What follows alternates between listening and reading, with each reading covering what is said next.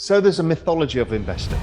The mythology of investing is hedge fund manager George Soros spots the opportunity, gets in at the right price, makes a fortune. The reality is most people have no idea where the price is going over a short term. So what happens is you buy something, you put all your money in, you've saved up your 5,000 bucks, you put it all into Bitcoin, Bitcoin falls 50%, you panic, you sell it, you feel terrible, Bitcoin goes back up again, you feel even worse now, you can scrape together, you've lost, half of your money now, and then you keep compounding these errors, right? It's called market timing. And market timing is extraordinarily difficult.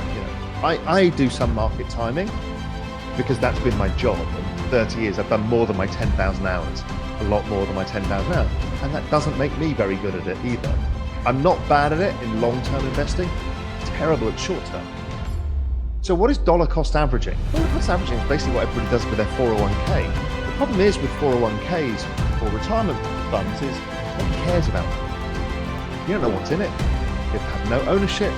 You just put some of your salary away and it goes in this mythical thing that you probably assume won't be worth as much money as you hope it is. That's what that's become. And you put it in every month. Why do you do that? Well, because you're averaging all of the highs and lows over time. Markets tend to do this. So you're kind of indifferent. In fact, you love it when it falls because you're buying more units at a lower price. Because your game is to own as much as you can at the lowest possible price.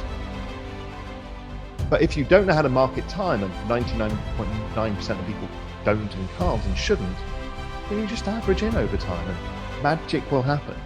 You just average a beautiful price over time. And had you done that in the S&P or anything else, you'd make money. Now, what's so lovely about Bitcoin is it's not a passive investment like your retirement fund, because a retirement fund you can't access until later. So you kind of write it off and everybody's heard that it's never going to be worth as much as it should be anyway. So it's become a bit of a pain as opposed to something this you own, you live and breathe that volatility and you live and breathe those gains when they happen. And you will be like wide-eyed. I did it to my sister-in-law, forced her to do this. I said, listen, I'm going to make it easy for you. Just go and open a PayPal account, start that way. And she had some savings. She could take out of another thing. She had like 5,000 bucks, 10,000 bucks. And she put it in and we got the timing relatively right. So it shot up a lot. I think she got it in about 13,000 in Bitcoin. Whoa. And it shot 17. Yeah. And it shot up a lot. So she's like, wow. And then it falls a lot. And she's calling up saying, what do I do? Should I sell some? I'm like, no. You keep putting in part of your paycheck.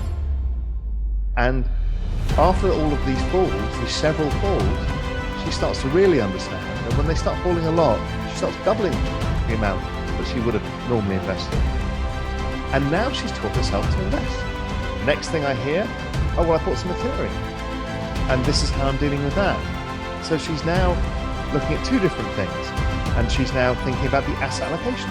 What's going to outperform Ethereum and Bitcoin? She knew nothing about this stuff. This is a year and a half. And she now understands because of that dollar cost averaging and taking ownership that you, exactly as you said, once you actually own something, that 401k you don't actually really own. It's like some other guy does something with it and hopefully he makes money. This is you. You're taking responsibility for your own finances. That's so empowering.